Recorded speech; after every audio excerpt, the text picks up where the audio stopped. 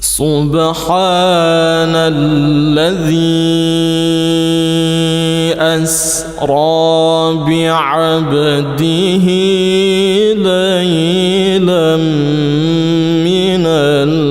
المسجد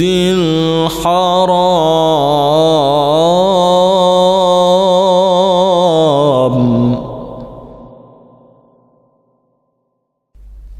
ليلا من المسجد الحرام إلى المسجد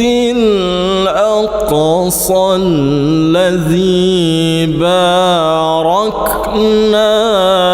حوله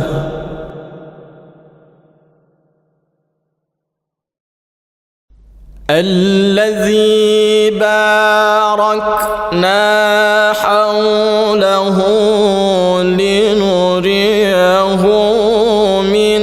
آياتنا